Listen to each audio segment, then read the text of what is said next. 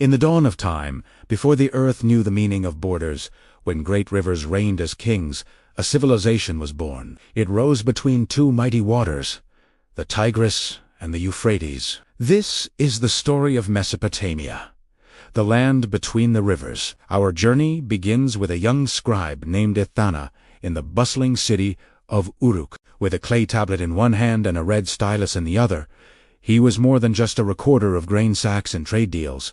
He was a witness to the birth of civilization itself. Every morning, Etana's world was filled with the vibrant sounds of a city coming to life. The clamor of the marketplace, the rhythmic clang of a blacksmith's hammer shaping metal, the distant, sacred chants of priests ascending the towering ziggurat to offer prayers to the gods. Uruk was a testament to human ingenuity, a beacon of progress in a wild and untamed world. But this world was fragile, its survival tied to the whims of the very forces that gave it life. One year, a shadow of fear fell over the city. The river, the lifeblood of Uruk, turned against them. It rose with an uncontrollable fury, its waters swelling far beyond their banks. The mud brick homes, the pride of their builders, began to crack and crumble. The fertile fields, painstakingly cultivated, vanished beneath a murky deluge. A nervous whisper spread through the streets as people huddled together, asking the same desperate question: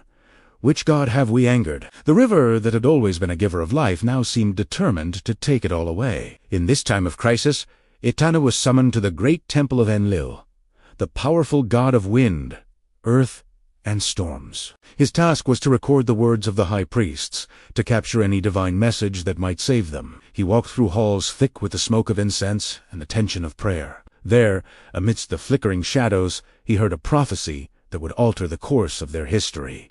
The high priest's voice was low, yet it filled the sacred space. The land is not sustained by rivers alone, but by wisdom and order.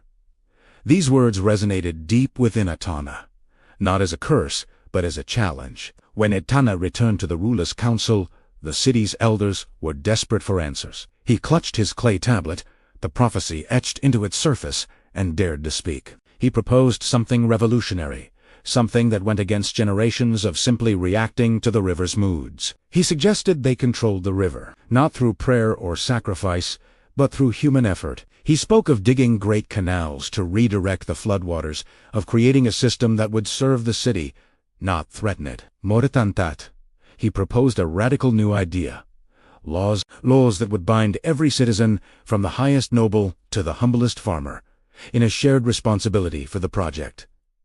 Laughter and disbelief filled the council chamber. Who were they to challenge the gods and their rivers? But desperation is a powerful silencer of doubt. With the water still rising, the ruler agreed, and so began the great work. It was a sight Uruk had never seen before. Farmers, whose fields were now lakes, worked shoulder to shoulder with soldiers who had laid down their spears. Priests, who had once only prayed for deliverance, now offered their wisdom to the engineers. Craftsmen applied their skills not just to pottery and jewelry, but to the monumental task of reshaping the land itself. Under the relentless sun, they dug. Canals, like new arteries, were carved into the earth. It was backbreaking, tedious work. They were guided not by fear, but by reason and a shared purpose.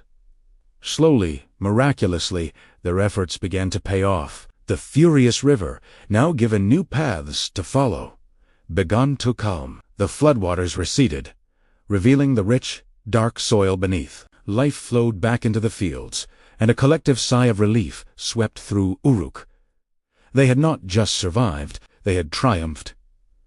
Many years passed. Etana, now an old man with hands weathered by time, sat in the shade of a date palm. His hair was white, but his eyes were as sharp as ever. Before him was a fresh clay tablet. With a steady hand, he engraved the laws that had been born from that great crisis, the rules of cooperation and order that had saved their city. He was ensuring that future generations would not have to learn the same hard lessons. They would have a foundation to build upon, a legacy of wisdom. Etana couldn't have known the true scale of his actions. He did not know that the cuneiform script he was pressing into clay would become one of humanity's first forms of writing. He didn't know that the laws he recorded would echo through the millennia, influencing the very concept of justice and governance. He didn't know that his civilization, Mesopotamia, would be remembered forever as the cradle of civilization, the place where humanity first learned how to write, how to build cities, and most importantly, how to live together. From a crisis of water